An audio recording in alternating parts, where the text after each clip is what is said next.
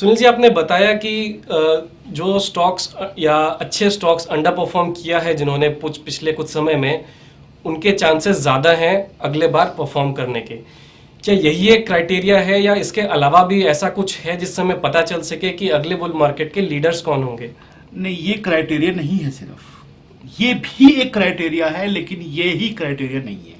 देखिए होता क्या है, ये क्राइटेरिया उन पे लागू है जो स्टॉक एक्चुअली अच्छी क्वालिटी के स्टॉक है। जैसे रिलायंस का नाम अभी हमने लिया, हम बात कर रहे हैं रिलायंस की।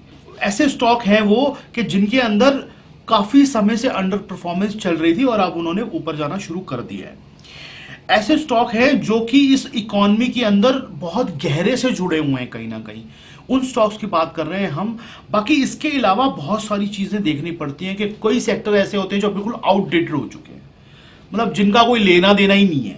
मान लीजिए कोई कंपनी टाइपराइटर बनाती थी, अब आज उस कंपनी को कौन पूछने वाला है कोई पूछने वाला? तो वो बिल्कुल आउटडेटेड है, वो चाहे आप उसे 50 साल संभाल के रखिए, उसको कुछ नहीं होने वाला। एक कंपनी ऐसी है जो कल को घोड़ा गाड़ी बनाती थी, उस कंपनी का क्या होने वाला है? ऐसी चीजें जो कि आउटडेटेड हो चुकी हैं, ऐसी चीजें जो कि अब हमारे जीवन का हिस्सा नहीं है, हम बहुत उससे आगे बढ़ चुके हैं, उन कंपनियों का टाइम खत्म हो चुका, वो आउटडेटेड हो चुकी हैं, उनके अंदर उनका स्टॉक कभी भी नहीं चलेगा। यहां हम उन स्टॉक्स की बात कर रहे हैं जो कि हमारी इकोनॉमी का हिस्सा हैं। आज नहीं तो कल हमारी इकोनॉमी को अगर ऊपर की तरफ जाना है, उन स्टॉक्स की जरूरत पड़ेगी। उन स्टॉक्स के अंदर बहुत जो पोटेंशियल है, उसमें कई स्टॉक ऐसे हैं जो गवर्नमेंट सेक्टर के स्टॉक हैं, जो बहुत अच्छी पीएसयू कंपनियां हैं, बहुत अच्छी प्राइवेट कंपनियां हैं, बैंक्स हैं। ऐसे स्टॉक हैं, ऐसी कंपनियां हैं जिनके बिना हम अपनी इंडियन इकोनॉमी की कल्पना नहीं कर सकते। कहने का मतलब ये है, उन कंपनियों के स्टॉक अगर अंडर परफॉर्म करते दिखते हैं आपको कुछ टाइम पीरियड तक, उसके बाद उनकी दोबारा परफॉर्मेंस आने की संभावनाएं बढ़ जाती हैं, पहली बात। दूसरी बात, कुछ सेक्टर ऐसे होते हैं जो नए इमर्ज हो रहे हैं, कुछ सेक्टर ऐसे होते हैं जो पहले एग्जिस्ट नहीं करते थे, अब उनके अंदर से एकदम से कुछ नई चीजें निकल के आती हैं, नए सेक्टर निकल के आते हैं, नए स्टॉक निकल के आते हैं। एग्जाम्पल के लिए जैसे एक स्टॉक है डेल्टा कॉर्प। अब वो ऐसा स्टॉक है, उसका धंधा बिल्कुल अलग टाइप का है। अब वो गैम्बलिंग बिजनेस में है, उस बिजनेस के अंदर कोई है नहीं, एक ही स्टॉक है, तो ये एक नया तरह का बिजनेस है। ऐसे ही बहुत सारे स्टॉक लिस्ट हुए हैं अभी पीछे, जिनके धंधे अलग टाइप के धंधे हैं, जो हमारी मार्केट में पहले थे ही नहीं, लेकिन हमारी इकोनॉमी का हिस्सा रहे हैं कहीं ना। तो उस तरह के स्टॉक आप ढूंढिए, उस तरह के स्टॉक्स में आपको अपॉर्चुनिटी मिलेगी। अपने आसपास जो है निगाह घुमाइए, बहुत सारे धंधे ऐसे हैं जो कि हमारे टेक्नोलॉजी के साथ, चीजों के साथ आपको मिल जाएंगे, जो इमर्ज हो रहे हैं कहीं ना कहीं।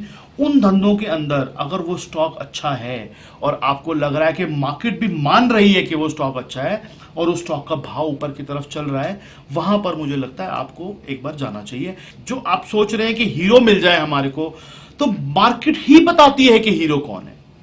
जीरो और हीरो बनाने वाली यहां पे सिर्फ मार्केट है, हम सिर्फ फॉलोअर हैं। मार्केट आपको बताएगी कि ये कंपनी, ये सेक्टर, ये स्टॉक हीरो है, और जिसको मार्केट बोले हीरो है, आपके लिए सिर्फ वही हीरो है, बाकी सब जीरो है। जी, मतलब हमें अपना एनालिसिस तो लगाना ही चाहिए, उसके अलावा मार्केट को देखे कौन से स्टॉक्स ने परफॉर्म करना शुरू किया है। बिल्कुल, मार्केट सबसे बड़ा जज है एक्चुअली। मार्केट से बड़ा कोई नहीं है, भाव भगवान है। अगर भाव बता रहा है कि ये स्टॉक के अंदर दम है, ये स्टॉक ऊपर की तरफ चल रहा है, और आपको लगता है कि वो कंपनी भी ऐसी है जिसके अंदर कुछ है, कोई नया तरह का स्टॉक है, आप उसके अंदर जाइए, वहां पर आपको नुकसान नहीं होगा। बाकी अपना जो डिसिप्लिन है वो फॉलो कीजिए, स्टॉप लॉस लगाइए, प्रॉपर तरीके से काम कीजिए, लेकिन अपना दिमाग लगाने की बजाय मार्केट से पूछिए कि आपका हीरो कौन है, मार्केट किसको हीरो मान रही है। क्योंकि मेरे लेने से स्टॉक ऊपर जाने वाला नहीं है, ये आप मान के चलिए। मार्केट जब तक उसको हीरो नहीं मानेगी, तब तक मेरे लेने से खाली स्टॉक ऊपर जाने वाला नहीं है। मार्केट की निगाह में अगर वो स्टॉक हीरो है, तभी आपको उससे फायदा होने वाला है। एक और बात जो अभी सामने आ रही है कि चाहे हम स्टॉक बाय करें चाहे सेल करें, स्टॉक मार्केट में एक डर का सा माहौल बना रहता है। हमें बाय करने के बाद हमेशा ये डर रहता है कि अब गिर जाएगा, अब गिर जाएगा, अब गिर जाएगा। उसी तरह अगर हमने कोई शॉर्ट सेलिंग की है तो लगता है यार ऊपर ना चला जाए, ऊपर ना चला जाए। ये डर का जो माहौल है वो स्टॉक मार्केट का इनहेरेंट पार्ट है, इसके पीछे कोई साइकोलॉजी छुपी हुई है या हमारे अंदर कोई कमी है? मार्केट की साइकोलॉजी है, मार्केट हमेशा फियर में रखती है आपको। मार्केट का काम यह है कि आप कभी भी श्योर ना हो पाओ, क्योंकि मार्केट ये नहीं चाहती कि आप आसानी से पैसे कमाओ। मार्केट का एक्चुअली काम है, वो हमेशा आपको डर में रखेगी, वो हमेशा आपको फियर में रखना उसका काम है। इजीली पैसा, इजी मनी इस मार्केट में नहीं बनता है। जो ट्रेडर लोग हैं आप उनसे पूछिए, जाके बताएंगे आपको वो कि डर लगना जरूरी है। और एक बात और बताऊं आपको, आज जो एक्सपीरियंस लोग हैं मार्केट के, वो ये बात जानते हैं कि इस मार्केट में जिस दिन आपको डर लगना बंद हो जाएगा उस दिन एक्चुअली खतरे की घंटी है। डर लगना बंद होने का मतलब यह है कि मार्केट ने आपको श्योर कर दिया है, आप में आत्मविश्वास आ चुका है, आप में कॉन्फिडेंस आ चुका है कि बस अब तो मैं लूंगा, मार्केट ऊपर ही जा रही है। ये फीलिंग जब आपके अंदर आए उस दिन चौकन्ना होने की जरूरत है। इस मार्केट में जब तक डर है तब तक इसका मतलब सब ठीक चल रहा है। मार्केट का सिस्टम है ये, जब तक आपके अंदर डर है तब तक इसका मतलब सब सही चल रहा है। जिस दिन डर खत्म हुआ, असली डरने की जरूरत उस दिन है। एक्चुअली असली डरना उस दिन चाहिए जिस दिन आपका डर खत्म हो जाए। मार्केट का तरीका यही है, वो आपको इजीली पैसा नहीं कमाने दे सकती। ऐसा नहीं है कोई भी आएगा यहां लिया और आपका स्टॉक ऊपर चलना शुरू हो गया। आपका पेशेंस टेस्ट किया जाएगा, आपकी कन्विक्शन टेस्ट की जाएगी, आपका पूरी तरह से ध्यान रखा जाएगा कि आप इजीली पैसा ना कमाओ।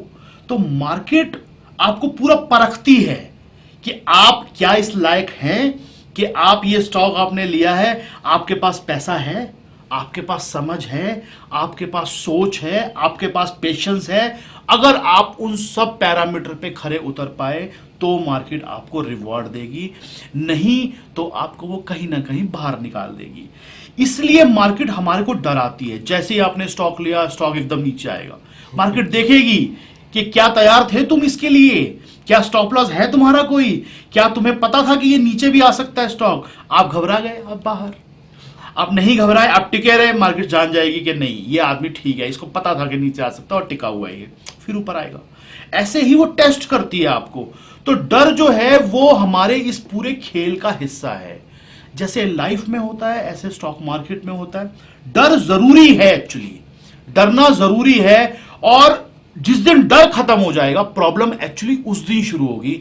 आप एक रूल और मान लीजिए, आज बहुत सारे रूल दे दिए मैंने, मेरा ख्याल है आज एक रूल और मान लीजिए, जब तक आपको डर लग रहा है तब तक मार्केट एक ट्रेंड में है। उस ट्रेंड में आपका डर खत्म हुआ, इसका मतलब वो ट्रेंड खत्म होने की कगार पे है। मार्केट अगर ऊपर जा रही है, आपका डर जिस दिन खत्म हो जाए समझ लीजिए अपसाइड बंद हो चुकी। मार्केट नीचे आ रही है, आपका डर खत्म हो गया सौदा डालने का, आपने कहा कोई बात नहीं डालो, अब तो नीचे ही जाएगी, इसका मतलब वो लास्ट है, बस उससे नीचे नहीं जाएगा।